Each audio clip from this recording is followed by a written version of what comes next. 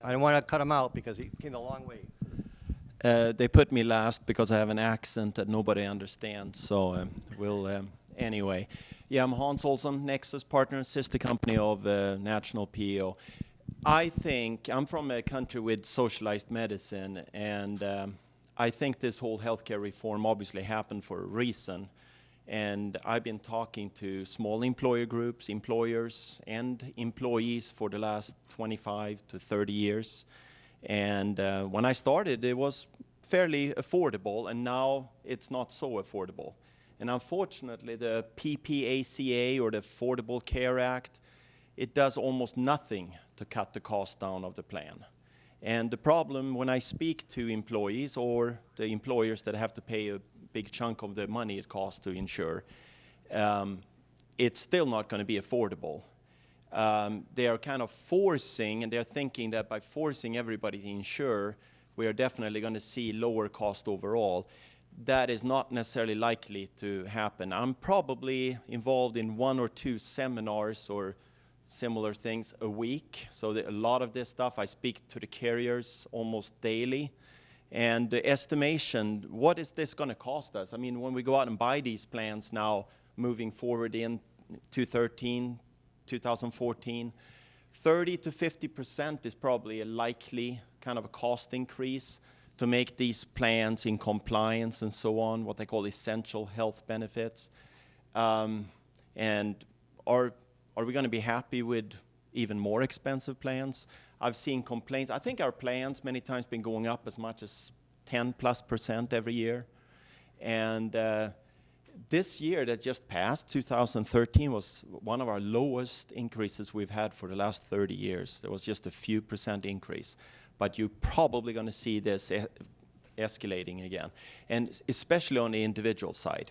You're not going to see a lot of change on the group insurance, meaning whoever is already insuring, small group, large group, they're probably going to continue doing so.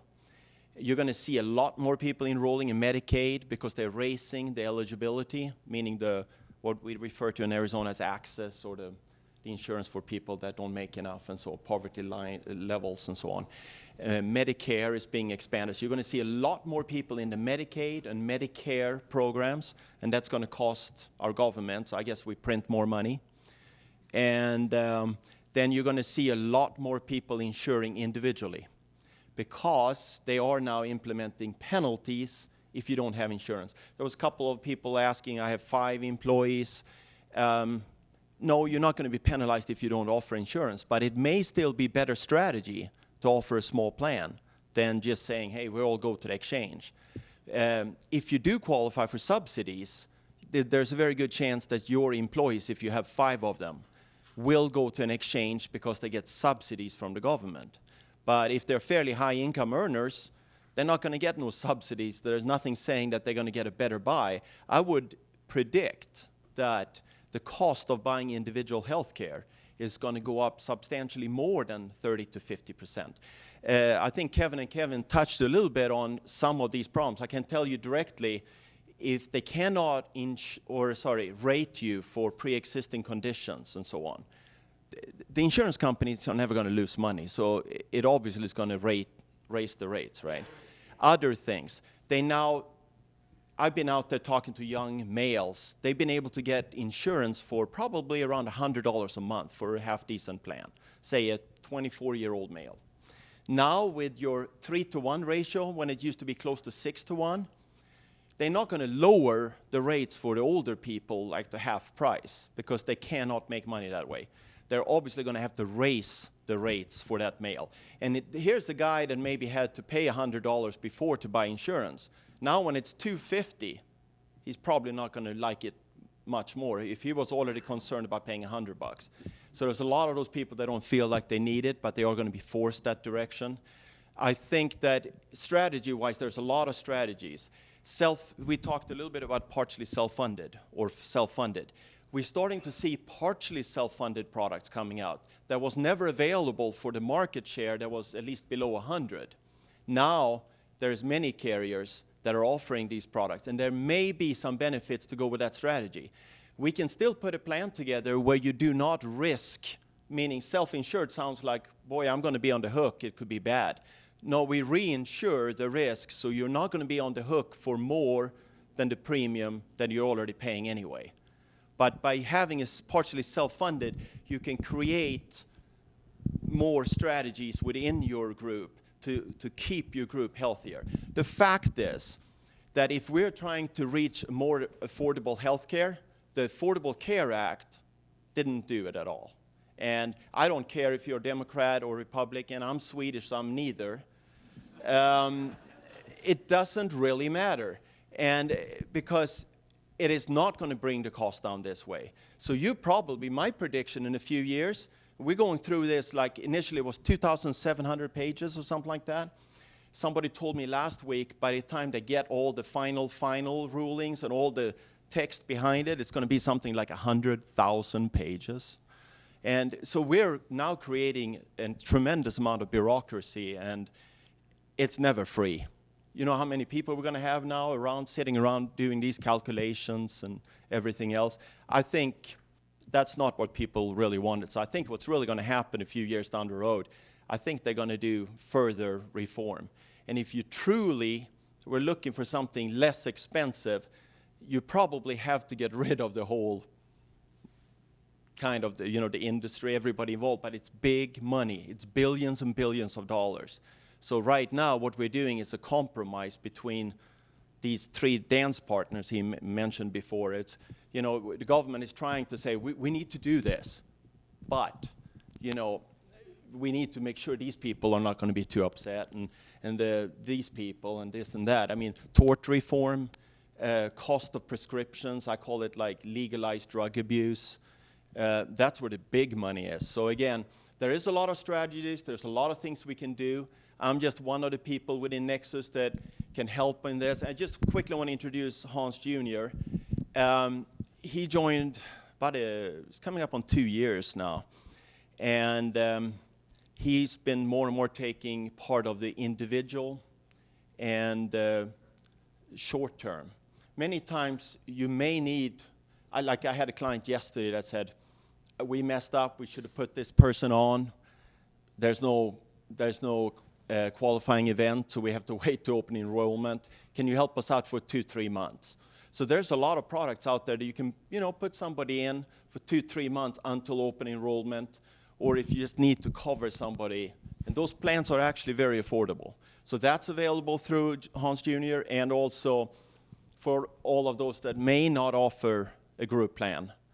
We can help those employees, or maybe they're not full-time. What if they are 20 hours and you still want to help them out with health insurance? Make sure you send them our way. I know we can do a good job for them. And I was just going to say, it's the questions, really, because I know this is very individualized, the strategies, how to handle what you're looking for. But there is a lot of good strategies out there, and there's a lot of good people that can help with that. So just general questions in regards to where we're going? If I can interrupt just a second. In your packet with the slides, the second page, I think, is an evaluation form. Before you take off, if you don't stick around for long, please fill that out, give us some feedback so we can improve the seminars going forward. But I'll give it back for questions. And if you need to leave, feel free. I mean, we're going to stick around for a while for individual, but some general questions. Michael. Yeah, you mentioned that the non-discrimination rules haven't been written yet. Is it likely that, you mentioned there's the 4 plans, the bronze versus the platinum, and then the in-between ones. Is it likely that we're not going to be able to segregate our employees into groups? Yes. Everyone's going to have to be all in one or all in? Yes. Okay. It's fairly certain that I think this is going to be much bigger than, the penalties offering or not offering, discrimination pieces. And they've already suggested the penalties. The penalty is going to be $100 a day per employee per, broken rule. So, I mean, it can add up real quick.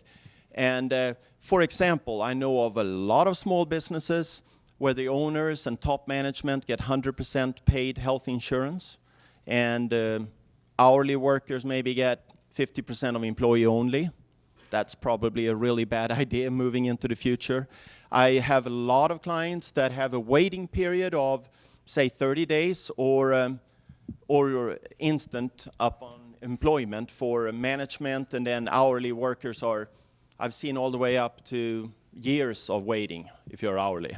It's probably not a good idea either, because again, they're not going to allow you to discriminate between different classes. And that goes also in coverage, like if you have a plan that covers like more of a premium plan for the owners that covers everything really nicely, and then you offer just lower end plans to your employees, that's not going to fly. You're going to have to offer the same plans to everyone. And if you don't, you're really going to be looking at a lot of trouble in the future and coming pretty soon. Go ahead. So obviously, there still can be a lot of changes between now and 2014. Our plan would renew on April 1st. So what you just said about like some of our upper management, we pay 100%, and our other employees, we pay 50%.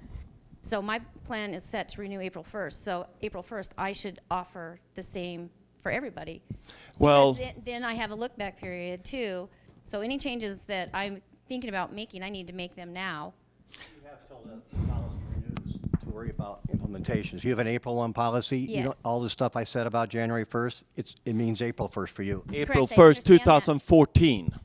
I understand that, but there's the look back periods. So if I'm going to drop my employees' hours to 30 hours, so I don't have, I need to do it now. That part falls into, I thought you meant as part of your policy itself.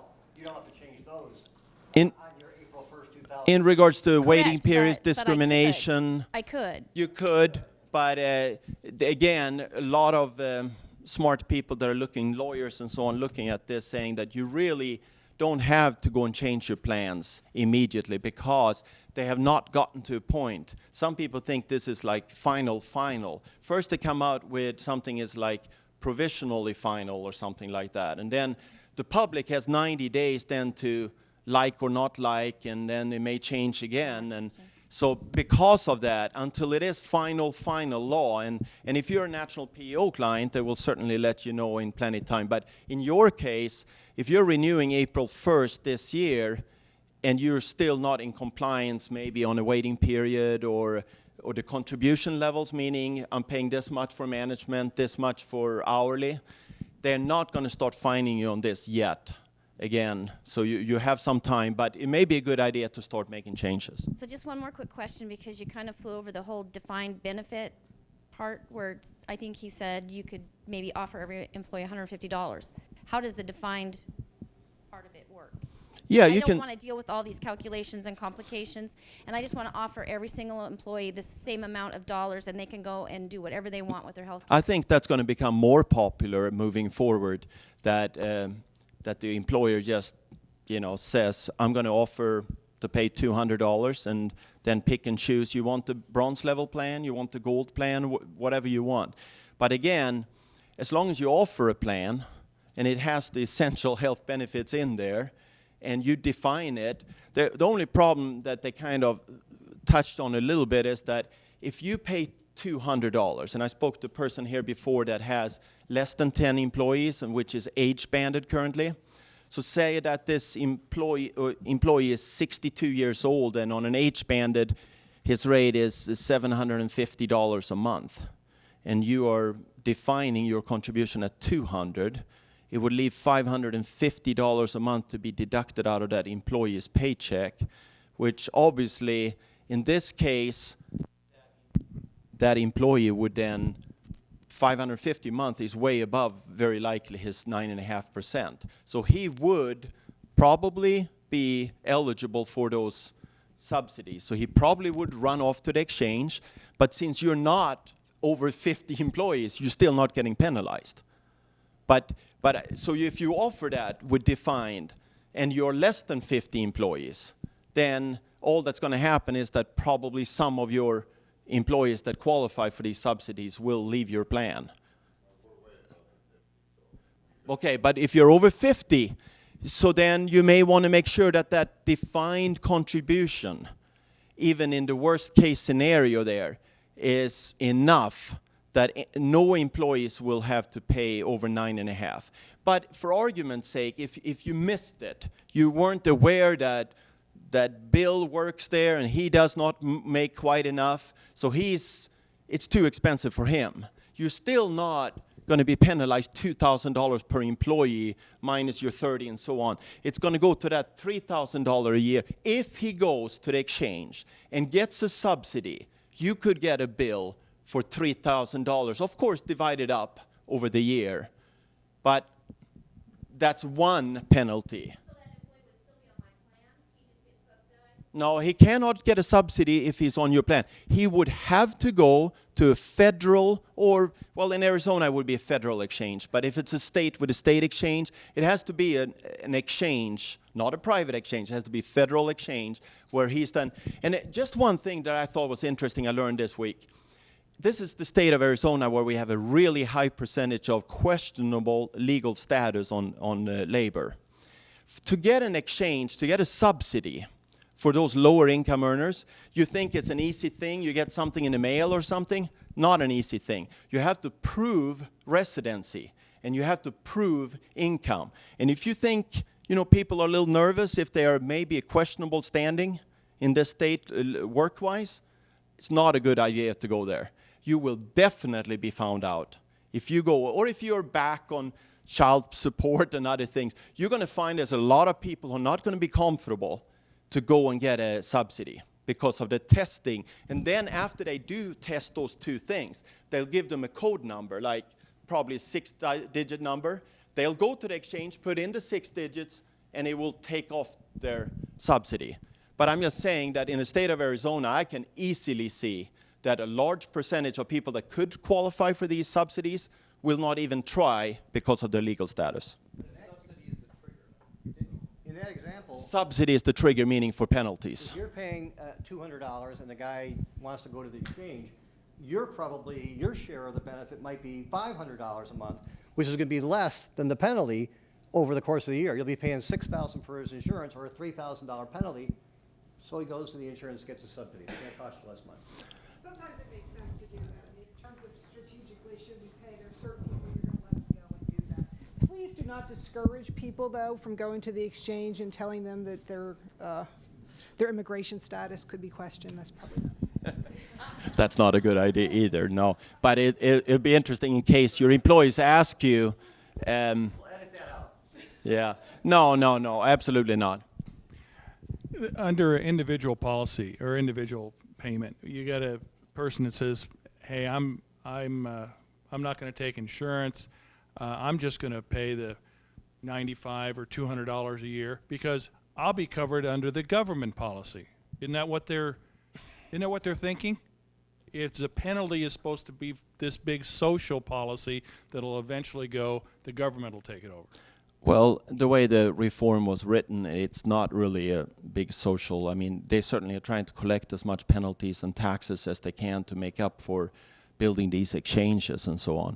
But an individual that goes to an exchange or not, or just say, hey, I'm not going to take my employer's plan because I don't want to pay that much, and I'm not going to go to the exchange because I don't want to pay this much. He pays the 1%. Yeah, and say he pays the $95 or a few $100 penalty.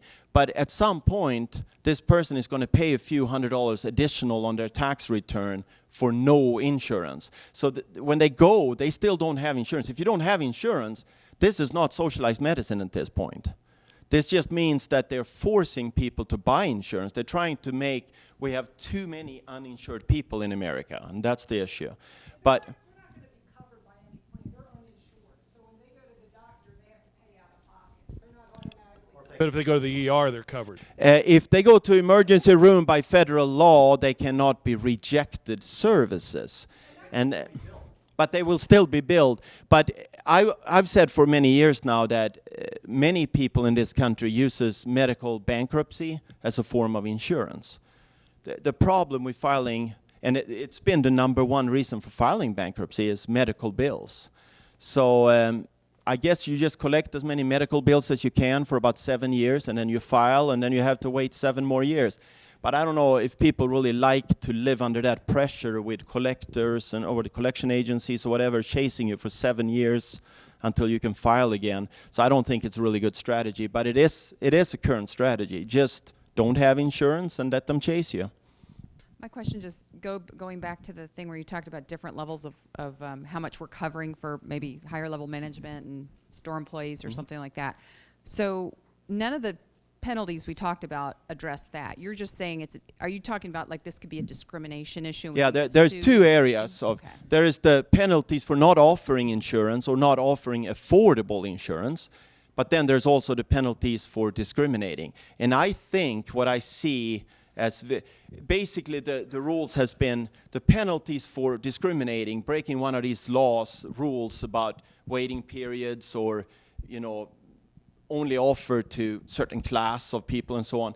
$100 per day per person with a maximum of, no, that was It's not finalized. It's not finalized, but it's pretty much the suggestion, what's out there is $100 a day per employee with a maximum of $500,000 a year is the discrimination. Oh, it's definitely coming. It's just they haven't gotten through it all.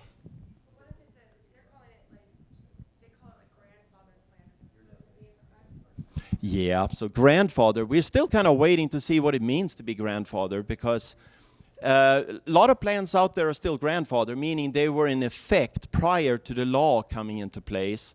And Which was that's October of 2010. They had a plan that was already written and therefore is not subject to these change. Yep. So the question is, can we continue to discriminate? Can we continue with 3 different waiting periods, maybe offering this for the management and something else? Yeah, we're still waiting to see how the grandfather status and how long they're going to let you.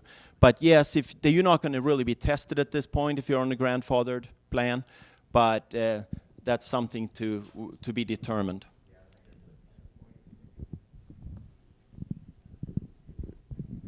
The slides with the other considerations, specifically the 60-day benefit, or having to start the benefits at the first month following the 60 days so it doesn't exceed the 90 days, are those in effect now? Are they in effect 2014, or are they all just proposed and nothing is firm yet? They are effective from any plan renewing in 2014, which means you should maybe consider, adjusting it a little bit already, but you're not going to be forced to adjust it until you renew during the year of 2014.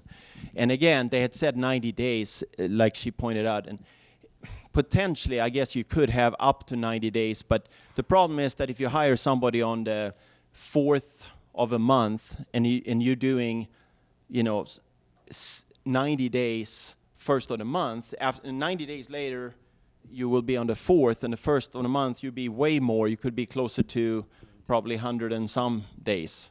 So again, it may not be a good idea. So I would recommend, if you're doing first of the month following, you should not do longer than 60 days in the future.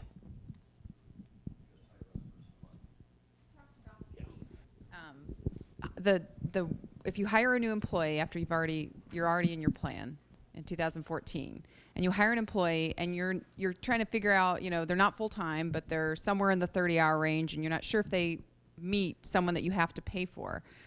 If your normal is you can start after 90 days, but you have that temporary or whatever it was called period that you have to figure. It's supposed to be 6 months still, let's say, because you use 6 months. So when do you have to offer them insurance? Do you just have to start them after 90 and then figure it out in 6 months and go, oh, you're less than 30 hours, so now you're off? No, the starting after 90 days only applies to employees that are going to be offered insurance. Full-time employees and people are going to be over 30.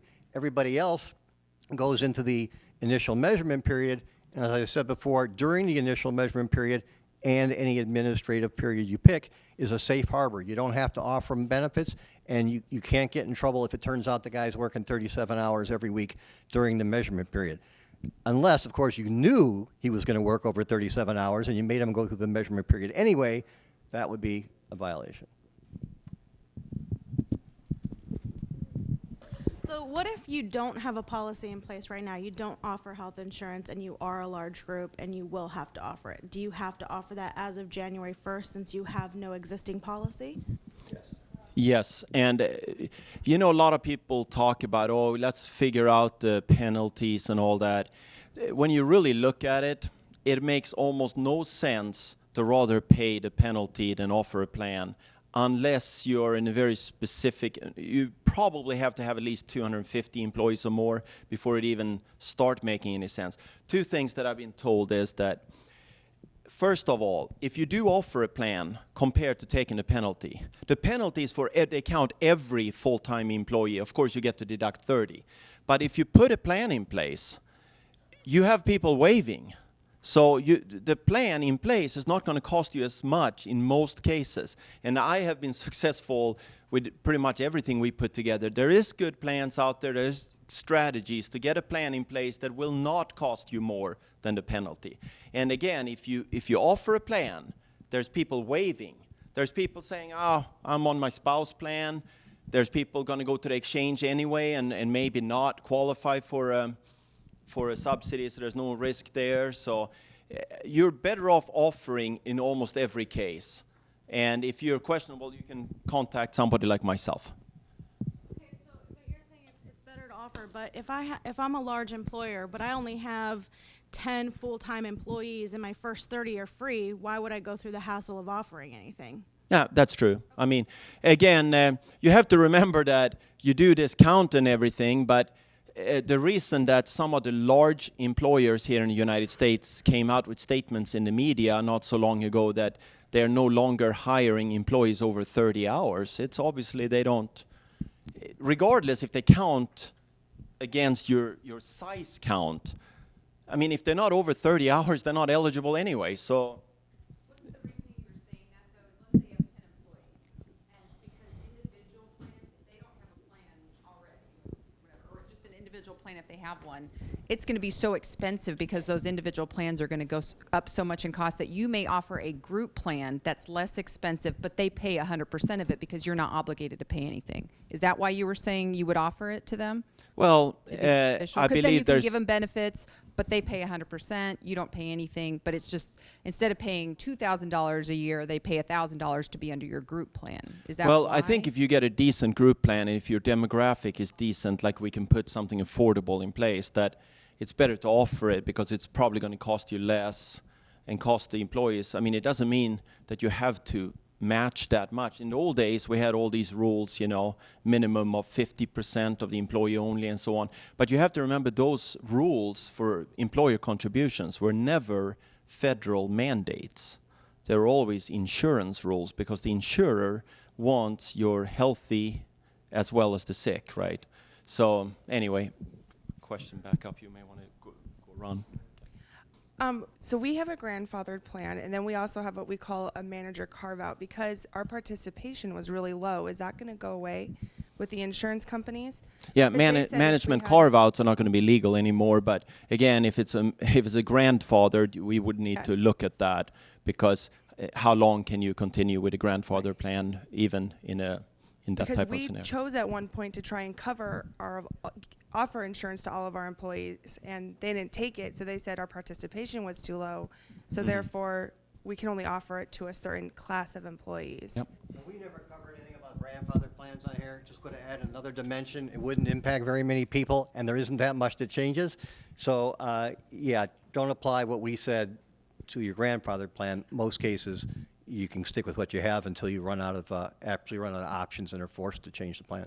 And we've heard some guidance that suggests that the carrier expectation of having a certain percentage of participation is likely to go away anyway because their concerns about only insuring the sick people, well, with the rest of the ways that people can or have to be covered, it really outweighs their participation concerns. So it's not likely to factor in as a relevant issue. Yeah, for the you're carrier. probably going to see more small group plans where you may have 10 out of 50 people enrolling or something. You're going to get more of these lopsided. In the past, we had to justify it with carve-outs and so on, and that's not going to necessarily be done in the future. They figure they'll get you either through the group plan or people are going to go to the exchange. If they want insurance, they're going to get them one way or the other, and they're going to compete on the exchange with every other carrier. All the carriers are going to have their policies at the exchange, and they're all going to offer several policies, several levels, several things, and you'll go pick from them. So if they opt out of your Humana group plan, they're going to hope to pick them up when they go to the exchange and sell them a Humana individual plan. So as far as they're concerned, they've got the same participation they used to have. And we didn't really cover too much of the what they call shop plans, you know, the small business exchange programs. The idea behind that is really that you just do a defined contribution. Say you say $200 a month I will cover. Then your people will then go to this group exchange, and they will pick through the products. So you could have 5 employees with Humana, 2 with Blue Cross, and 3 with Aetna. And then the employer, if you're a client of National PEO, they would get the bill from the exchange for these 10 people on 3 different carriers, and they will then just deduct the $200 per person that you're contributing, and whatever the balance is will be billed pre-tax on the employee's check. So there's a lot of benefits still to offer, either through like a small exchange or a group plan, because deductibility and so on, that hasn't really changed. If you're doing a payroll deducted health plan, that's always going to be better than paying individually out of pocket. So there's still benefits having a small group plans, even though you're not penalized if you're less than 50 employees. I suspect we're about at a point where most questions are going to be situational, one-off, so I would encourage you to come down, ask one of us directly, send us an email, give us a phone call, and understand that as we get changes, it's very likely we're going to have another seminar like this with okay, now it's, September, we're getting closer, what has been more finalized. So anyhow, thank you very much. We appreciate your attendance.